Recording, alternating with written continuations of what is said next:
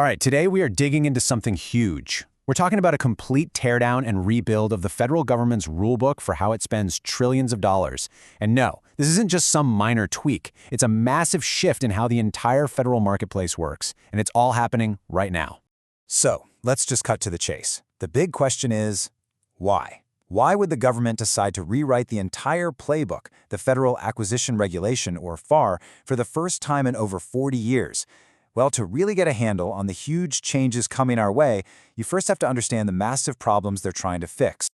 So here's how we're going to break it all down. First, we'll look at the problem that kicked this whole thing off. Then, we'll get into the big idea behind the solution, which is called the RFO. We'll cover the really unique way it's all being rolled out, take a quick spin through the biggest changes, and then, of course, wrap up with what this actually means for you. Okay, let's jump into Section 1. Before we can even talk about the fix, we've got to understand just how broken the old system was. I mean, why did the old FAR really truly need to go? You know, the heart of the problem was pretty simple. The system was basically choking on its own rules. The FAR was supposed to be a guide, right? But over decades, it ballooned into this incredibly dense, complex monster that often felt more focused on following the process than actually getting good results. In this list, man, it just says it all, doesn't it? The old FAR was seen as slow, just a huge burden. It was packed with over 2,000 pages of rules that weren't even required by law. They were just there. And all that red tape was stifling competition and new ideas. In fact, the executive order that started this whole thing is literally called Restoring Common Sense to Federal Procurement. I mean, that tells you everything you need to know right there. So, how in the world do you fix a problem that big? Well, that brings us to Section 2, the revolutionary solution. And that solution has a name, the Revolutionary FAR Overhaul, or RFO for short. So what exactly is the RFO? It's this huge initiative kicked off by that executive order and has some really clear goals. 1. Streamline the FAR, basically by taking a machete to all those non-essential rules. 2. Make government buying way more efficient. And 3, and this is key, empower the people on the front lines, the acquisition workforce, to actually use their brains and their judgment instead of just mindlessly checking boxes. But listen, out of all these changes, there is one, just one, that is an absolute game changer. It's a new rule designed to make sure the FAR never gets bloated and clogged up like this ever again. And check out this quote directly from the new rulebook. It says it all. All FAR sections that are not required by statute must expire 4 years after their effective date, unless renewed. Just let that sink in for a second. Every single rule that isn't explicitly required by a law now has a 4-year shelf life. It has to be rejustified or it just disappears. It's like a self-cleaning oven for regulations. Okay, on to Section 3. The what they're doing is pretty revolutionary, but the how they're doing it is just as wild. They're using this really unique two-phase approach that's all about speed.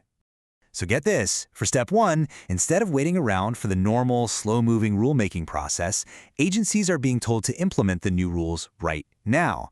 They're doing this using something called class deviations. This means the new rules are going into effect as we speak, piece by piece.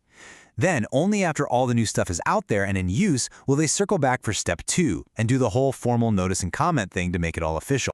This timeline really puts that urgency into perspective. You can see things were moving through 2025, but the date that everyone has circled on their calendar is February 1st, 2026. That's the go-live date for a ton of these new rules, making this a real, immediate change for both the government and for anyone who does business with them. All right, Section 4. Let's pop the hood and take a look at what's actually changing inside the new FAR, both in its core philosophy and in the details. Honestly, the biggest change of all isn't a single rule, it's the entire mindset. The old FAR was all about telling people exactly how to do their jobs, step by step. The new philosophy? It's all about empowerment. The new thinking is basically, if it's not explicitly forbidden by a law or a rule, then you're allowed to do it. It's a total flip from, you can only do what's on this list, to you can do anything that's not on this list. It's a huge deal. Now let's look at some real-world examples. For instance, Part 19, which covers small business, is getting streamlined. A company's size will now be determined once for the whole contract, not on every single order. That's going to cut down on a mountain of paperwork. And get this, there's a brand new Part 40, which pulls all the supercritical supply chain security rules into one place. Meanwhile, Part 23 on sustainability is being simplified, but it's also having some specific climate-related language removed. And Part 8 is being changed to give contractors better access to government supply sources. And if you want to understand the scale we're talking about here, just look at this number. $183 billion. That's how much money went to small businesses in prime contracts in just 1 year. So when you start changing the rules in FAR Part 19, you're not just moving commas around in a document. You are directly impacting a massive piece of the entire U.S. economy. Believe me, these are not small academic tweaks. Which brings us to our final and most important section. $183 billion is great, but what does all of this actually mean for you?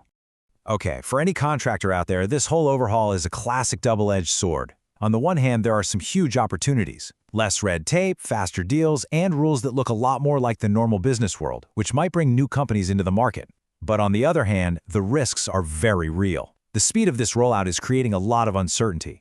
And with fewer specific rules to hide behind, the pressure is now on contractors to really justify their pricing. If your cost data isn't absolutely rock solid, you could be looking at a higher risk of running into serious trouble, like with the False Claims Act. And so at the end of the day, that leaves us with this one big question. The whole goal here is common sense contracting, a system that's leaner, faster, and smarter. But when you roll out a change this massive, this fast, you run the very real risk of creating a whole new kind of confusion. We'll have to wait and see if this revolution truly delivers on its promise. Thanks for joining us.